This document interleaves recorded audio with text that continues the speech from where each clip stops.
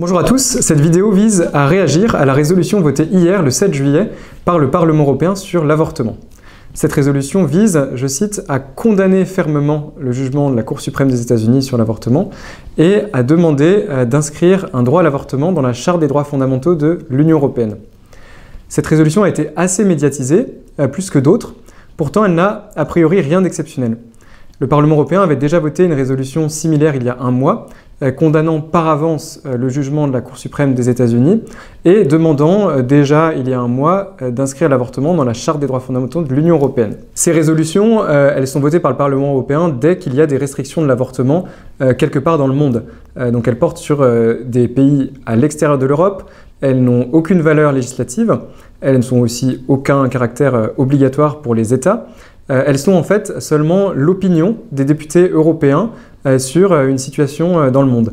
Et le Parlement européen perd en fait beaucoup de temps sur ce type de texte, puisqu'en fait elles font à chaque fois quelques pages, sont traduites dans une vingtaine de langues, et bien sûr il y a tous les débats pour arriver au vote. Je ne vais donc pas vous faire perdre votre temps en analysant l'ensemble de la résolution, mais je vais me focaliser sur un point précis, cette demande d'inscrire un droit à l'avortement dans la Charte des droits fondamentaux de l'Union européenne.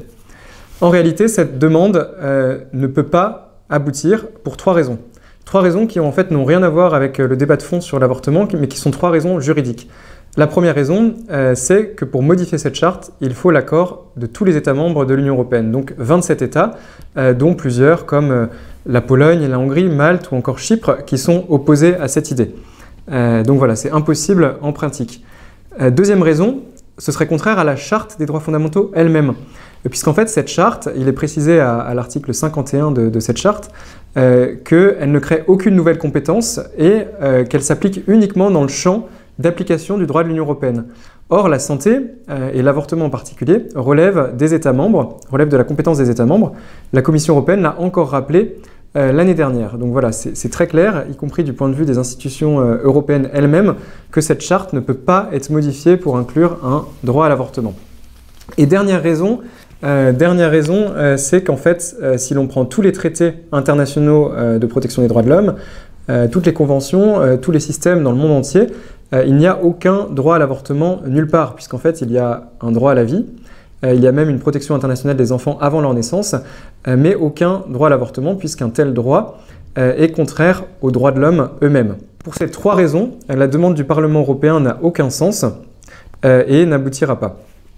La meilleure preuve de cela, c'est l'inaction d'Emmanuel Macron à la présidence française de l'Union européenne sur ce sujet. Il avait promis, rappelez-vous, en janvier dernier, d'inscrire un droit à l'avortement dans la Charte des droits fondamentaux, donc même promesse que le Parlement européen. À ce moment-là, nous avions d'ailleurs fait une émission radio là-dessus qui est sur cette chaîne YouTube. Et il savait très bien, pour les trois raisons que j'ai développées, que cette promesse n'aboutirait pas. Il savait très bien que cette promesse était du vent, il s'est même un petit peu moqué des Européens et des médias en donnant cette promesse qui a été reprise sans aucun esprit critique. Et 6 mois plus tard, à la fin de la présidence française de l'Union européenne, ce qu'on peut voir, c'est qu'il n'a même pas tenté de donner une suite à cette promesse. Quand on parle d'avortement, les questions que l'on vient d'évoquer, techniques, politiques, juridiques, prennent parfois un peu le pas sur la réalité humaine. Et c'est un peu le reproche qu'on peut faire aux députés européens dans leurs débats et dans leurs résolutions de cette semaine. La réalité humaine sur l'avortement, c'est beaucoup de souffrance. En tout cas, une partie de la réalité de l'avortement, c'est beaucoup de souffrance. Et beaucoup de femmes qui ont déjà avorté ont en réalité accueilli favorablement ce jugement de la Cour suprême des États-Unis et en ont assez qu'on les manipule en leur vendant un prétendu droit à l'avortement, un prétendu droit fondamental à l'avortement. Et j'aimerais conclure cette vidéo par un témoignage que je viens de lire sur Twitter, témoignage réel d'Émilie, qui a 22 ans et elle est enceinte.